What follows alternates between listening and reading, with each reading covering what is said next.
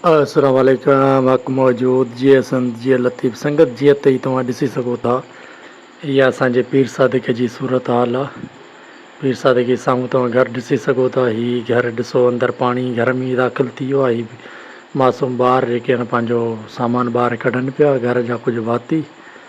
हीअ तव्हां ॾिसी सघो था, हीअ पीर सादिक जा पेट्रोल पंप आहिनि। हीअ साम्हूं शहर आहे, शहर सॼो पाणी जे अंदरि अची चुको आहे ऐं काफ़ी हेॾे नुक़सानु थियो आहे। ॻोठ काफ़ी पाणी जे अंदरि आहिनि। ॻोठ जुड़ियो कोन, राजपर उर्फ बेलावा ऐं महड़जा, डगेजा, नेबाव खां राजपर ड्राकी, नार, हीअ सभु पाणी जे अंदरि आहिनि। हीअ तव्हां ॾिसी सघो था असांजे ॻोठ जी सूरत हाल।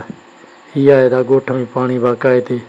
हाणे पीर सादिक ही ख़ाली रोड आहे, मथां ई तव्हां ॾिसी सघो था एतिरो पाणी आहे। तव्हां अंदाज़ो लॻायो त ॻोठनि ते केतिरो पाणी हूंदो। ॻोठ तक़रीबन असांजा घर तक़रीबन ॿुॾी चुका आहिनि। ॻोठ में चेल ते पाणी आहे, बाक़ी सॼा रोड रस्ता बंदि लॻा पिया आहिनि। तव्हां पाण ॾिसी सघो था। असां पाण बेला ते वञूं पिया, हितां ई असां सूरत हाल ॾिसी बसि हितां ई था वापसी कयूं। अॻिते असां कुंदा वञूं, वञण जो इरादो बेलावा हो पर रस्तो न आहे।